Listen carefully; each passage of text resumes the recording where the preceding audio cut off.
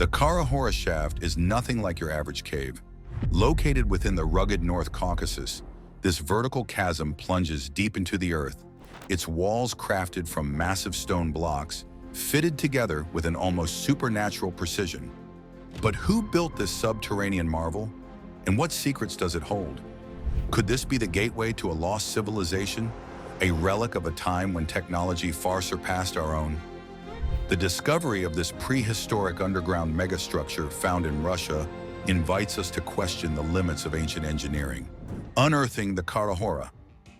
The North Caucasus, a region nestled within the Russian Federation's Kabardino-Balkaria Republic, is a place where mountains pierce the sky, untamed wilderness stretches as far as the eye can see. This rugged landscape, sharing borders with the southern Caucasus nations of Georgia and Azerbaijan, is home to the legendary Mount Elbrus, the highest peak in all of Europe. For centuries, the North Caucasus has been a cradle of diverse cultures, collectively known as the Klinyar community. Among these ancient societies, the Koban culture stands out, leaving behind a legacy that continues to intrigue archaeologists and historians today. Fast forward to 2011, amidst this land of ancient history and breathtaking landscapes, a discovery unfolded that would send ripples of astonishment through the archaeological world. Arthur Zhemukov, a Russian speleologist, an explorer of the hidden world of caves, was conducting research in the region. As he explored the heights of the Khara-Hora mountain peak, he stumbled upon a sight that seemed to defy explanation. There, concealed within the mountain's rocky embrace, was a vertical shaft plunging deep into the earth.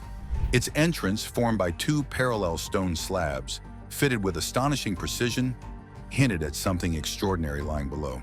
The shaft descended vertically for about 130 feet, its walls crafted from massive stone blocks, so carefully arranged that they seemed to defy natural formation. The walls ran straight and true, polished to an almost unnatural smoothness, their construction bearing the unmistakable mark of intelligent design. What awaited at the bottom of this shaft was even more astounding. The passage opened into a vast underground hall, its sheer scale hinting at the immense effort required to create it. The walls of this subterranean chamber, like those of the shaft, were constructed from enormous, precisely fitted megalithic blocks. These blocks, some so large they resembled ancient columns, were interlocked with such accuracy that the gaps between them were nearly imperceptible in places. Reaching this hidden hall was no simple feat. The entrance shaft was narrow, measuring a mere 134 by 43 centimeters. This was a squeeze even for the slimmest of explorers. Those who braved the descent had to navigate a series of ledges and additional vertical shafts, each more challenging than the last. A 16-meter shaft led to two more passages, culminating in a final 10-meter descent that opened into the underground hall, stretching 36 meters in length. The hall's walls displayed a breathtaking level of craftsmanship. The seams between the massive stone blocks, visible in some areas, only served to highlight the precision with which they were fitted together, creating the illusion that the stones had somehow melted into one another. Arthur Zhemukov and his team stood in stunned silence within the heart of the mountain. The sheer scale of the structure and its precision left them speechless. It was like nothing they had ever seen. The narrow passage, descending several meters with its polished walls, was awe-inspiring in itself. But what truly captured their attention was the archway that marked the transition into the Great Hall. This arch was a masterpiece of ancient engineering, its smooth, polished surface curving gracefully overhead like a gigantic, perfectly formed parabola. The time and effort required to shape and polish such massive stone blocks, let alone fit them together with such precision, were staggering to contemplate. Zhemukov, drawing upon his years of experience exploring ancient subterranean structures, couldn't help but draw parallels between the Khara-Hora shaft and the inner chambers of the Egyptian pyramids. The megalithic walls, so carefully fitted together, were similar to those found in the Grand Gallery within the Great Pyramid of Giza. Even the dimensions of the blocks used in both structures were eerily similar. This resemblance to one of the ancient world's most enigmatic and technologically advanced structures fueled speculation about the purpose of the Khara-Hora complex. Could it be that this subterranean marvel, hidden within the Caucasus Mountains, served a similarly advanced function? its true purpose lost to the mists of time? Was this astonishing shaft merely a small part of a much larger complex waiting to be rediscovered? The treacherous exploration of the Khara-Hora shaft. Arthur Zhemokov, after discovering the shaft, ventured into its depths many times, at least 15 in total. Each descent into the earth was fraught with danger, as Arthur disregarded basic safety protocols. Only one person remained at the top to secure him, and he relied on rudimentary tools, such as a simple household rope. Ideally, he needed 2 ropes, each 100 meters long, one for the main line and one for safety, but these would only suffice for 3 or 4 descents at most. The expedition also required a variety of specialized equipment and machinery. Even reaching the base of the structure was a challenge worthy of seasoned climbers. The descent was a test of agility and endurance and took over an hour. The return climb was even more grueling. Only those with extensive climbing experience could endure the physical demands of exploring this shaft. Yet the challenges were far from over. Zhemokov and his team were acutely aware that they had only begun to scratch the surface of this subterranean labyrinth. Hints of unexplored passages and chambers whispered from the depths, tempting them further into the mountain's embrace. The sheer scale of the discovered shaft was daunting, its vastness hinting at an even more extensive network hidden from view.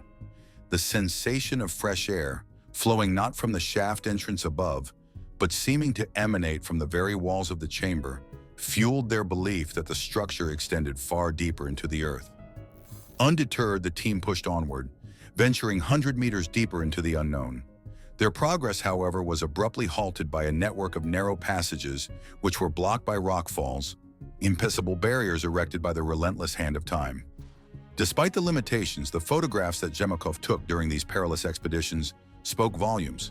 The images captured the essence of the structure's grandeur and demonstrated that this was a significant and intriguing site, warranting thorough investigation. As Zhemokov and his team pieced together their observations, a singular truth became overwhelmingly clear. The Khara-Hora shaft was no product of natural forces. What cemented this conclusion was the sheer uniqueness of the structure. It possessed a collection of features unseen in any known cave system on Earth. The flawlessly smooth, parallel walls, polished to a sheen that hinted at a deliberate and purposeful hand, were unlike any natural rock formation. Massive rectangular blocks, their edges laser straight and their surfaces meeting with a precision, formed the very backbone of the structure. Adding to the enigma was the presence of a mortar-like substance between these perfectly fitted blocks. Furthermore, the absence of the telltale oblique cracks commonly found in natural tuff formations further solidified their belief that this structure was anything but natural. Yet the question that lingered like a shadow within the depths of the mountain was, how? How could an ancient civilization, limited by the tools and technologies of their time, have accomplished such a feat of engineering? How did they create such a complex and sophisticated structure deep within the Earth's embrace? The very existence of the Khara-Hora shaft challenged conventional understanding of ancient construction techniques.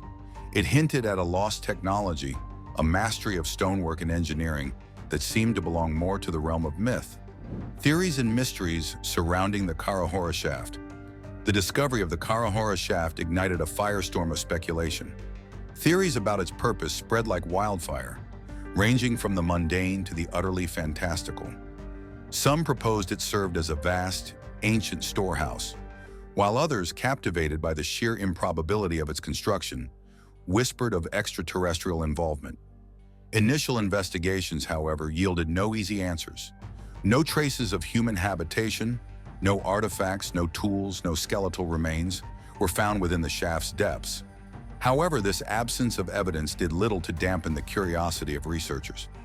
Many believed that the structure, given its unusual features, was never intended as a dwelling.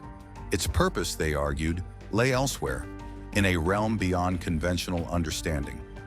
Drawn by the allure of the unknown, Vadim Chernobrov, the head of Cosmopoisk, a renowned organization dedicated to the study of anomalies across Russia, organized an expedition to the site. Teaming up with Arthur Zhemokov, Chernobrov and his team ventured into the subterranean depths, their every move documented for a Russian television program.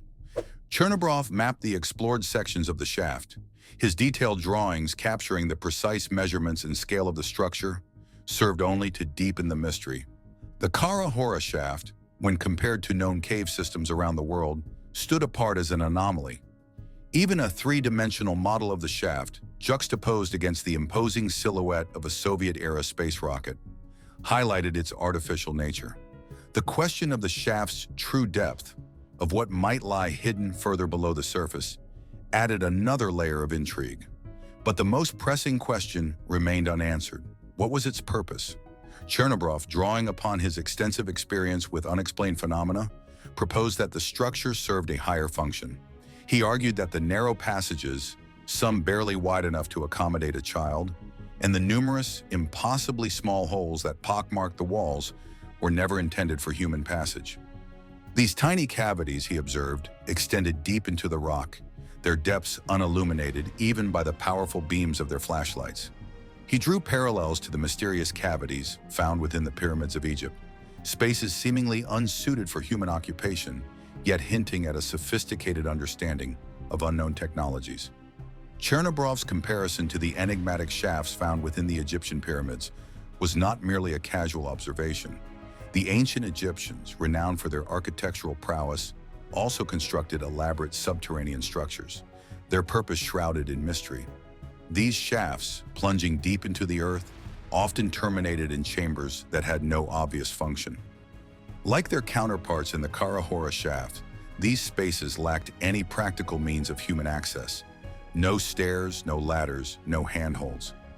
The Khara-Hora shaft, with its own collection of inexplicable features, seemed a whisper of a similar ancient enigma. While its function remained out of reach, the precision of its construction and the sheer scale of the undertaking pointed toward a deliberate and carefully considered purpose. It was a puzzle demanding to be solved.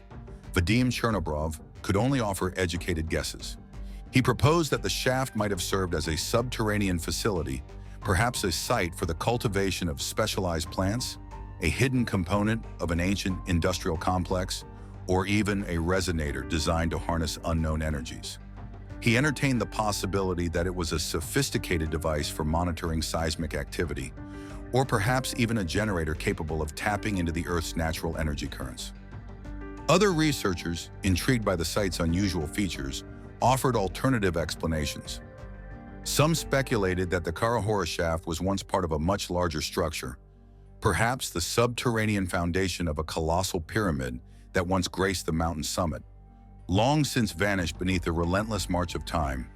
Experienced climbers who had explored the shaft's depths noted the constant flow of air circulating within its depths, suggesting a ventilation system of extraordinary complexity and hinting at a structure designed to regulate airflow and perhaps even temperature. The true purpose of the Khara-Hora shaft remained tantalizingly elusive, a mystery begging for a solution. Subscriber's pick. Before we continue with the rest of the video, here is today's subscriber's pick. In this captivating image, we see an adventurous explorer navigating through an astonishing underground chamber. The walls are smooth and carefully carved, displaying an impressive level of craftsmanship. The image on the left shows a man cautiously descending into a deep, narrow shaft, with ropes providing support and safety. On the right, we get a glimpse of the explorer's viewpoint as he ventures further into this mysterious subterranean world, revealing another narrow passageway carved from solid rock. Prehistoric underground megastructure found in Russia reads like a headline straight out of a science fiction novel. Yet this image brings that story to life. The sheer scale and complexity of the structure suggests that it was created by an advanced civilization whose engineering prowess was far ahead of its time. Who built this? What purpose did it serve? Could it have been a shelter, a religious site, or perhaps a storage facility for some ancient treasure? The questions are endless and the mysteries deep. So what are your theories on the purpose of this underground marvel? Have you come across similar discoveries that baffle the mind? Let us know in the comments below. Nazi pursuits, ancient legends, and tragic ends. While the precise nature of the underground structure remains shrouded in mystery, one thing was certain for those who ventured into its depths. It was undeniably the product of intelligent design, a complex artificial creation which was a stark contrast to the natural world surrounding it. But if this was indeed a relic of a prehistoric civilization, how could such a monumental discovery have remained hidden for millennia? The truth is, a select few had been aware of the underground complex long before Arthur Zhemkov's groundbreaking expedition. Their knowledge, however, was far from public domain. Zhemkov himself had dedicated years to uncovering the secrets of this hidden world. His pursuit was fueled by a deep dive into the historical records of the Nazi regime.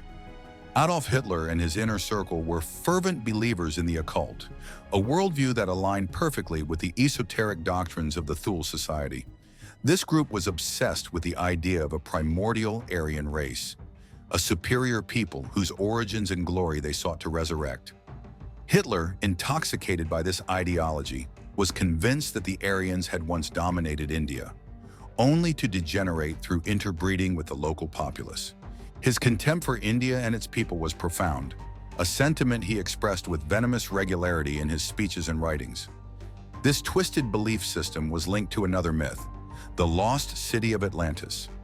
According to legend, this fabled island was home to a pure-blooded Aryan population before being swallowed by the ocean in a cataclysmic event. Survivors of this catastrophe, so the story went, had migrated to safer havens, one of which was believed to be the Himalayan region. Tibet, with its imposing altitude and remote location, was seen as the ultimate refuge, a place where the remnants of this idealized Aryan race might have found sanctuary. Heinrich Himmler, high-ranking German Nazi politician and leader of the SS and the Gestapo, was utterly captivated by these fantastical notions. His obsession led him to establish the Ahnenerbe, a sinister research institution cloaked in the guise of academia. Dedicated to exploring the ancestral heritage of the Aryan race, the Ahnenerbe was in reality a tool to serve the Nazi regime's twisted ideology. Under the guise of scholarly pursuit, the organization delved into the murky waters of the occult, seeking to uncover ancient secrets that could be weaponized for their nefarious purposes. One of Ahnenerbe's most fervent pursuits was the search for Shambhala, a mythical underground city rumored to possess unimaginable power and advanced technology. This obsession was driven by the belief that Shambhala was the cradle of the Aryan race, and that by uncovering its secrets, the Nazis could solidify their claims of racial superiority. Tibet, with its mystical allure and geographic remoteness, became a focal point for these expeditions. It was seen as a potential gateway to this hidden realm, a place where the remnants of a pure Aryan civilization might still exist. In the late 1930s, a veil of scientific exploration cloaked a darker purpose as the Nazi regime dispatched an expedition to Tibet. It was led by Ernst Schaefer, a zoologist with an affiliation to the SS. While outwardly focused on botanical and anthropological studies, the true objective was far more sinister. The expedition was a covert mission to unearth the mythical Shambhala, a subterranean city rumored to hold ancient knowledge and technology capable of bolstering the Nazi war machine. A few years later, in the summer of 1942, the German military unleashed Operation Edelweiss, a massive offensive aimed at seizing the oil-rich Caucasus region, particularly the coveted Baku oil fields in Azerbaijan. This strategic gamble was driven by the desperate need for fuel to sustain the Wehrmacht's relentless war effort. Beyond the pursuit of material resources, the Caucasus held an almost mystical allure for the Nazi ideologues. Members of the Ahnenerbe, the Nazi research institution dedicated to finding scientific evidence for Aryan supremacy, were convinced that the region was a cradle of ancient Aryan civilization. They envisioned vast underground cities, repositories of lost knowledge and technology that could be harnessed to solidify their vision of racial superiority. The Germans, it seems, came close to discovering the Khara-Hora underground shaft. Near the entrance of this shaft, atop a mountain, they carved a swastika into a boulder, possibly as a marker by Nazi researchers who believed they were on the verge of uncovering the underground city of the Aryans. What's even more intriguing is that an older swastika carving, unrelated to the Germans, was also found in the region. This ancient symbol could have been left by the advanced civilization that constructed the Khara-Hora shaft. Could the Nazis have been emulating these ancient people with their swastika and ideology? It was through this intricate web of history, myth, and obsession that Arthur Zhemukov found his path to the underground complex. Zhemukov was able to discover the Khara-Hora shaft not just through his knowledge of cave systems, but also through his research into the occult and ancient texts and legends from the region. He learned that the North Caucasus was rich with ancient legends of vast underground cities and caves passed down through generations. Zhemukov believed his discovery of the Khara-Hora shaft was just the beginning, convinced that numerous other remarkable structures and underground cities lay hidden in the depths of the mountains, waiting to be uncovered. However, just as the veil was beginning to lift on the secrets hidden beneath the Caucasus Mountains, a chilling wave of misfortune swept through the research community. Arthur Zhemukov, the man who had dedicated his life to uncovering the mysteries of the region, met a tragic end in a seemingly random car accident. This occurred shortly after he had made a groundbreaking discovery. The eerie coincidence deepened when Viktor Chernobrov, a leading figure in the field and Zhemukov's close collaborator, succumbed to cancer just 2 years later. Their deaths were not isolated incidents. 3 other researchers involved in the project also perished under mysterious circumstances. These untimely deaths cast a long shadow over the entire investigation. Today, information about the Khara-Hora shaft and subsequent explorations in the Caucasus is scarce. The once promising quest to uncover the region's ancient secrets has been shrouded in an impenetrable veil of mystery. Human craftsmanship or natural volcanic phenomenon? One of the most perplexing questions surrounding the Khara-Hora shaft is its construction. The overwhelming consensus among experts, including renowned geologists, is that this colossal structure is not a work of nature, but a marvel of ancient engineering. The precise rectangular blocks fitted together with incredible accuracy, like pieces of a colossal puzzle, in the absence of natural fractures in the tough stone, are undeniable indicators of human intervention. But how could such a feat have been achieved? To modern engineers, the challenges seem insurmountable. The sheer scale of the operation, the precision required, and the apparent lack of heavy machinery in ancient times create a mind-boggling enigma. Were the builders able to extract massive blocks of stone from the mountain and somehow lower them hundreds of meters into the earth?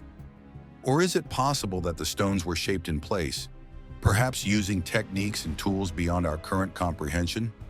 Some theories propose that the builders possessed advanced knowledge of material science. Perhaps they discovered a way to soften stone, making it malleable enough to be shaped and then hardened into place, much like molding clay. Others suggest the use of concrete-like substances, with the blocks cast in molds rather than carved from solid rock. These hypotheses are inspired by similar debates surrounding the construction methods of ancient civilizations like the Inca, whose impressive stonework defies easy explanation. Regardless of the method used, the builders of the Khara-Hora shaft displayed an astonishing mastery of engineering and architecture. Their knowledge and capabilities far surpass anything we can currently explain, leaving us to wonder about the true extent of human ingenuity in the distant past. However, Vera Davydenko, head of the Kabardino-Balkarian Geological Exploration Expedition, has a different perspective. A realist at heart, she believes that nature is capable of creating astonishing formations. In her view, the Khara-Hora was essentially a solidified accumulation of volcanic debris. This debris, comprising volcanic ash, fragments of lava, glassy volcanic material, and smaller pieces of the crater's rim, had been ejected during a volcanic eruption. The intense heat of these materials upon deposition led to the formation of cracks as they cooled and solidified. Consequently, the entire tough mass resembled a colossal puzzle, fractured into countless blocks. Davydenko postulated that the Khara-Hora shaft was one of these naturally occurring fractures, distinguished by its smooth, clean-cut surfaces. These fractures, she argued, were the result of gravitational forces acting upon the fractured, tough mass. Yet despite these compelling theories, the Khara-Hora shaft continues to shroud its origins and purpose in an impenetrable veil of mystery. The shaft, with its collection of enigmatic features, might well hold the key to unlocking a forgotten chapter in human history. Thank you for watching this video. See you in the next one.